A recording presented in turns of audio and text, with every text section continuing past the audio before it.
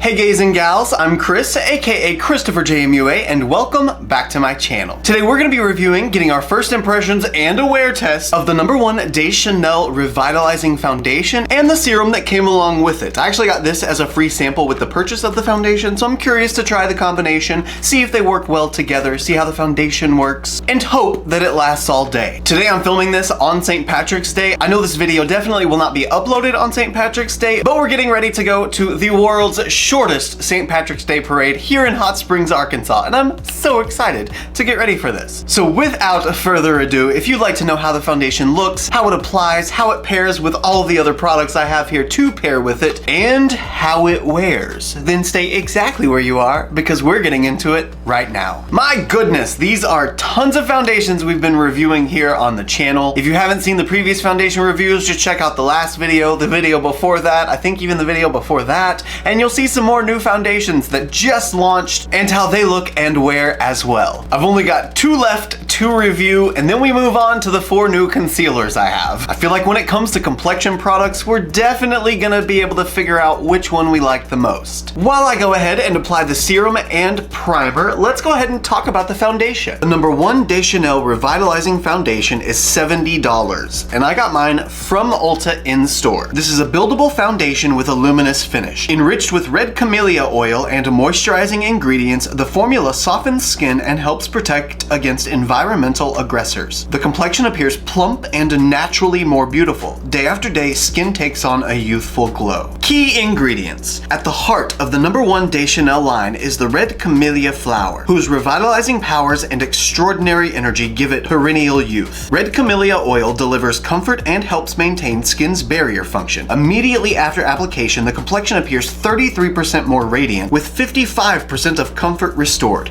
After 1 month, skin looks smoother. The #1 Deschanel collection seeks to minimize its environmental impact with sustainably developed formulas that contain up to 97% naturally derived ingredients. Each product is housed in environmentally sound packaging for a reduced carbon footprint. How to use. Before application, prep with the #1 Deschanel serum and cream. Then dispense a few drops of foundation onto the back of your hand. Using your fingertips, tap onto the T-zone and chin, working from the center of the face outward. Gently pat the product into skin to finish. We are now primed and ready for foundation application. Of course, for primer, I used my tried and trues as always, aside from the Chanel serum, of course, the Bobbi Brown vitamin-enriched face base, and the Winky Lux whipped cream primer to fill the pores, and a little bit of my sample from Sephora of the Charlotte Tilbury under eye cream. I just really hope today's makeup works out. So with this foundation, we can't use a brush or a sponge. Well, I'm sure we can, but it recommends using your fingers, and they say go from T-zone to chin, which I already didn't do it the way they said to do it because they say to pump a few drops on the back of your hand first. I didn't pump a few drops, I pumped 1 pump. Wow, go me for picking the right shade. I didn't even try to shade match, I just guessed. That's awesome, it's like completely literally my color. By the way, this foundation comes in 30 different shades. The range looked okay online. All of the boxes are just white, so they don't really tell you on the outside of the box what shade it is, so I couldn't really see the range in store. The darkest shade doesn't really look too terribly dark, which is a bummer for people who have much deeper skin. Can you see what I'm seeing? Where I've put this, even just a little bit so far, it really blurred the skin. Like my cheeks right here look super blurred, more blurred than they did before I put it on, and my forehead looks nice and smooth. Typically, I don't like applying foundations with my fingers because a lot of the time you run into those results where your pores get filled and you can see the pigment in the foundation filling the parts of your skin that are more textured. Then as you move your fingers around your skin, the surface gets the foundation taken off and you're left with the redness of your regular skin tone. So then you have skin tone red and all these little spots of your foundation color, and that's not cute, which is why normally I go in with my brush to build up the coverage on the skin and then the sponge a little bit to sort of smooth it out after that. But I'm not experiencing that with this. It's not just sitting in the pores, it's sticking to the surface of my skin as well. I can't use my fingers in my beard hair though. I'm for sure gonna have to use a brush there. I just can't get under all the hair. Since I've been looking at it in the monitor only, let me double check in the mirror, make sure I'm seeing the same result. Wow, it really is smoothing my skin out. Oh, but in this area, I am running in, oh sorry, it was focusing on my mirror instead, but I am running into the pores being a different color. Let me show you, or see if I can. There you go, now you can see it. So in the pores, it is getting a little bit of the foundation color just on the pore section, and my skin is showing through, but I'm just gonna keep adding a little bit more and see if I can build it up just slightly to make that go away.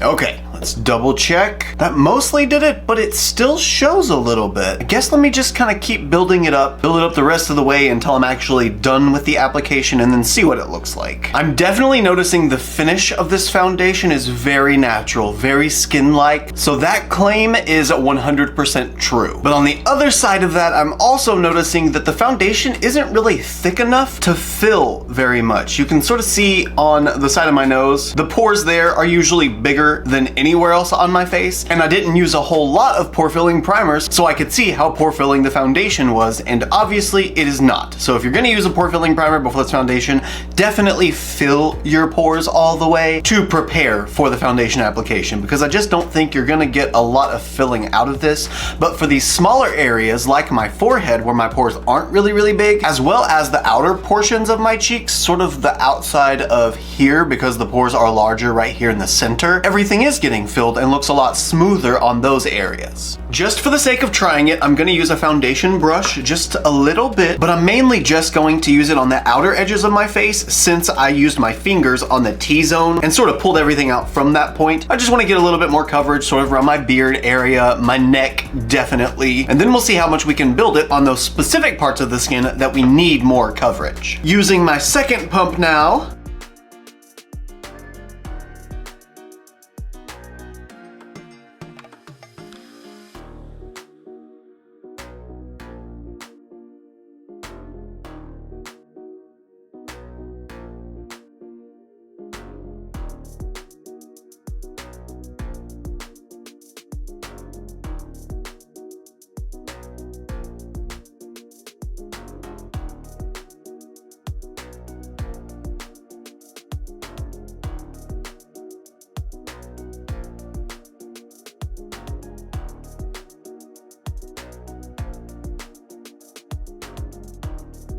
oh, this is wonderful news. You do not have to be afraid of the brush because it blends everything out just as well as your fingers. That being said, now let's build some coverage. I got a few things I want to hide, cover up, if you will, and I'd like to be sure that I keep the application really light just so I can see if it builds if you apply just a little bit. So I guess I'm only gonna take maybe a half pump or just squeeze a little bit out. There we go. And I have had this ridiculous breakout right up here that just will not go away. So let's cover that up. A little red spot. Definitely got some red spots down here. Oh, that's a mole. Mole, mole, mole, mole, mole. Couple little dark spot areas. Definite 5 o'clock shadow because, you know, the beard. With the spot foundationing finished up, now I'm gonna take the sponge and see if I can just lightly press over these spots where there's some extra foundation. See if I can't pick up a little bit of the excess without taking away all of the coverage.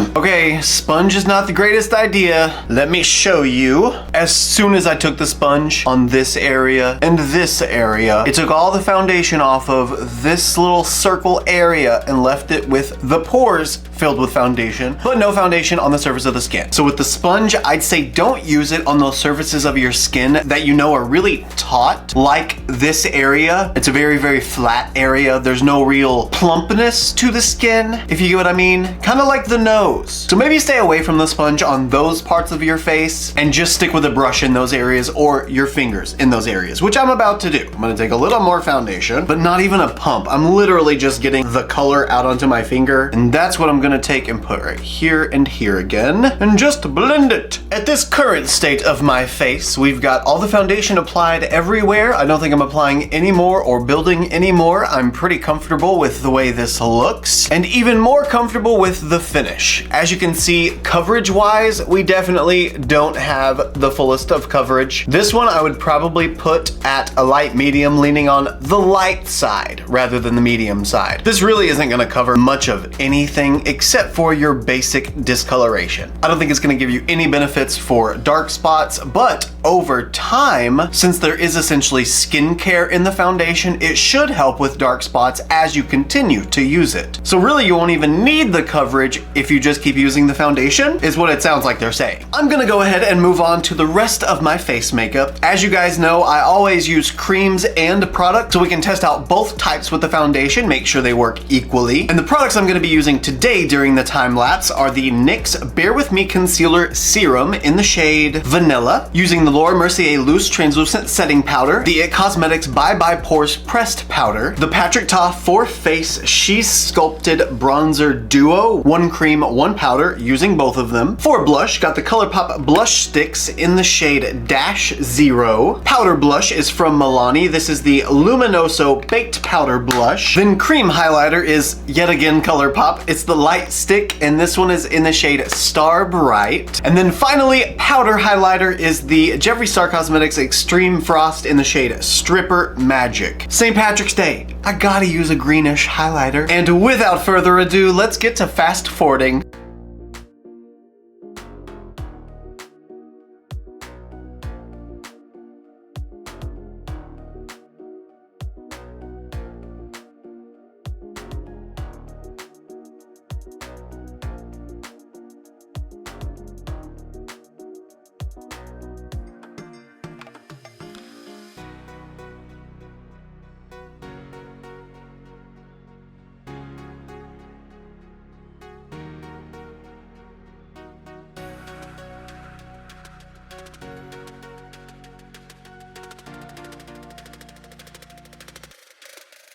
Okay guys, got all the cream products applied, the powder products applied, and now everything is locked in and set. So here's how we're looking with the fresh application. Currently, I've gotta say, I love how the skin looks. The finish is definitely plumping. I can see that my lines are smoothed out a little bit, especially my little 11 crease here. That doesn't look nearly as creasy as it normally does with my foundation first applied. So I for sure feel like the foundation is doing what it says it's supposed to do. Coverage looks great, finish looks great. So far, I'm liking it. At this point, I'm gonna go ahead and pop off camera and finish off the rest of my makeup for the day, and the next time I see you will be for our first check-in. It has now been 4 hours, a slight change of plans. We didn't actually go to the parade. We were going to, but Mark's back started hurting, so we decided to stay in for the night. That's okay, I cleaned up a little bit and got my beauty room situated, so it gave me something to do anyway. But here we are at 4 hours. I haven't done anything like super crazy. I haven't worked out today or anything like that. This is just the normal wear and tear as you would get just living your life, you know? I'm not liking the way this is looking right here. It looks like there's not really a whole lot of foundation left there. It's not nearly as bad on this side. It's still there. And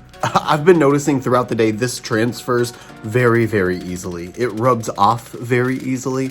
I don't know if I could have set it better, maybe, or if I could have done something differently to maybe increase the transfer resistance of it, but it just comes off super fast. And you can really only tell on your face. You can't see it really transfer off onto your hand. Well, I guess you kind of can a little bit. I just see more glitter than anything else because my highlighter had glitter in it, but I can see it on the skin. That's where I can see that it's coming off. However, where it is still left looks really pretty. The skin looks great. It's not creasing super crazy. It's creasing more than I like, because before you couldn't even really see the 11s because they were so blurred and plumped. Now, not so much, but they're not bad. I feel like when I look at my neck, it looks like it's wearing down. I haven't done anything to make it wear down, so I don't really know what that's all about. Maybe it's just so thin already? Not sure, but we'll get to see how it wears as we go. Overall, the skin still looks flawless.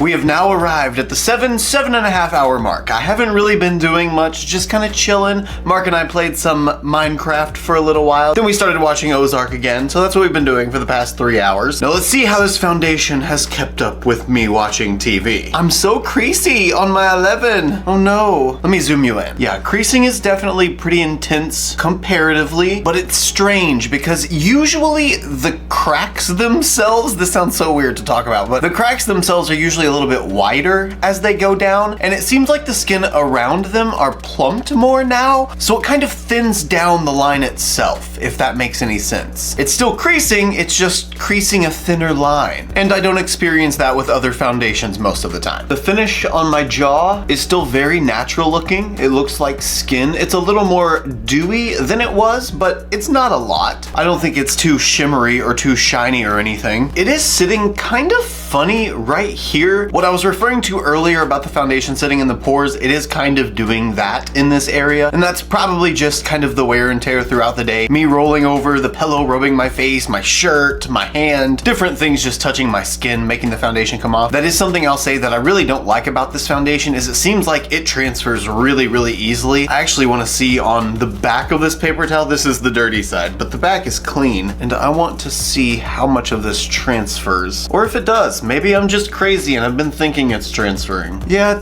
it makes a pretty solid transfer print. So just know that going into it. I would say for me and my personal preferences, I personally can't recommend it because it's $70 and I feel like I shouldn't run into that as much. I don't feel like it should transfer quite as intensely as it does for that kind of price. But if I could get it for like half off or like maybe 30% off, I would probably go for it again, but I wouldn't pay the $70 again for it, even though the packaging, that is glass. I would hope it would be glass for that price tag. Just feels very luxe. It feels very nice. I forgot to mention that earlier when I was talking about it. I think for me, the way I'm going to be using this foundation is on the days that I don't want to actually put foundation everywhere on my face, and I'd rather just touch up some parts of my skin that maybe look a little dull, or just the cheeks, or just a little bit under the eyes, something just to even out my complexion a little bit. I think that's how I'll use this, unless I return it, because that's a lot of money. And I have a lot of other foundations that don't cost that much that I like more, which really is a shame because it is a beautiful foundation and it might be perfect for you. Just for me, the price tag's way too much. But let me know what you thought about the foundation. Let me know how you thought it wore, how it applied. Do you still really, really like the results of it currently? Do you think this one might be for you, or are you gonna pass? Let me know down in the comments. Let's talk about it. That being said, I hope you guys enjoyed this video. If you did, please don't forget to give me a thumbs up just to let me know. If you want to see any of my looks, you can follow me on Instagram, Twitter, Snapchat, and TikTok.